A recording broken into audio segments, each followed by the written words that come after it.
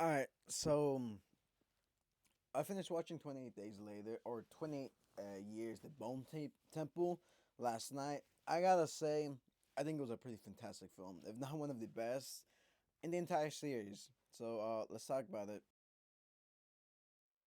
Remember wanting, so I remember doing a review about this last year. I'll be honest, I was kind of negative, mostly in that review about the film because it just wasn't my favorite. I just felt like the film was pretty much all over the place. But with this film, it pretty much fixed like any problems I had with that film because specifically this one tonally, it felt a lot different. Like everything felt like coherent. Like there was a natural storyline happening, and I really liked it. Like the film overall was pretty good. The soundtrack was really good. Like visually, I think it looked a lot better than the last one. Like the last one looked pretty good, but something about this one just felt like very ominous. Like there was a tone very much set.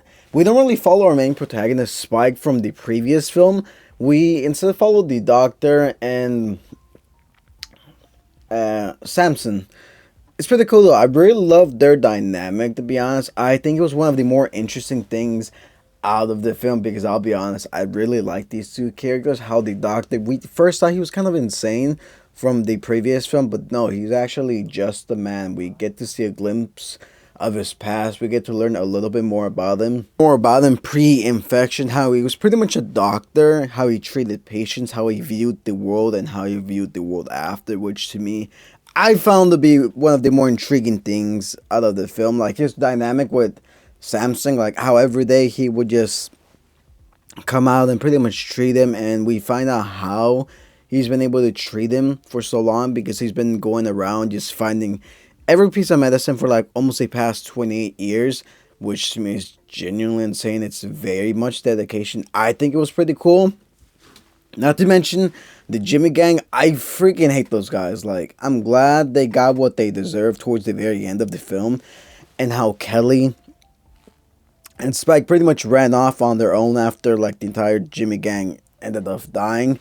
I think the Bone Temple scene towards the very end, like the build up to the meeting, was really nice. The Doctor, along with Jimmy meeting and their interaction with both of them with each other, was really fantastic. How Jimmy pretty much opens up to the Doctor saying, "Yeah, I'm a pretty evil person to be honest, and I think you're the devil," etc. To me, I found it to be very compelling.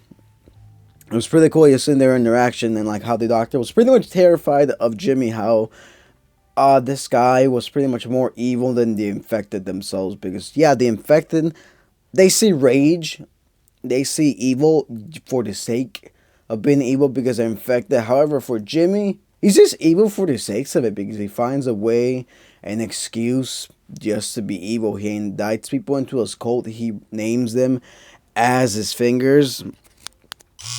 How much more sinister can you get with like that? You indict people into your cult by killing other people and then having those people fight each other. To me, it's pretty insane take. Like that is genuinely crazy. But overall, I thought this film was pretty fantastic. I really enjoyed the hell out of it. It was pretty fun.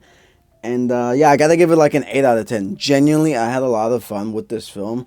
And the cool thing about this film is, I think yesterday was Bring Your Own Bucket. So a lot of people brought their own bucket to the movie theater. I brought one of my helmets that I normally cosplay and filled it up with popcorn. Obviously, I didn't really finish the popcorn, but it was super cool. And did I like this film? Yeah, I really enjoyed the hell out of this film. Like the Bone Temple was pretty cool. I love the cameo of Cillian Murphy towards the very end because everyone's been curious for almost like 2 decades now. Like real world, like what the hell happened to his character? How is he still alive? Is he alive? Blah blah blah. But overall, the film was pretty fantastic. It made me feel uncomfortable at certain times. I do like the fact that they focus more on the human element of this film, how in reality we are kind of the monsters. I know some people are gonna find like problems with that, like how this film, oh, why is there no infected, blah blah blah. But it's not really a case study of the infected because we've seen the infected time and time again.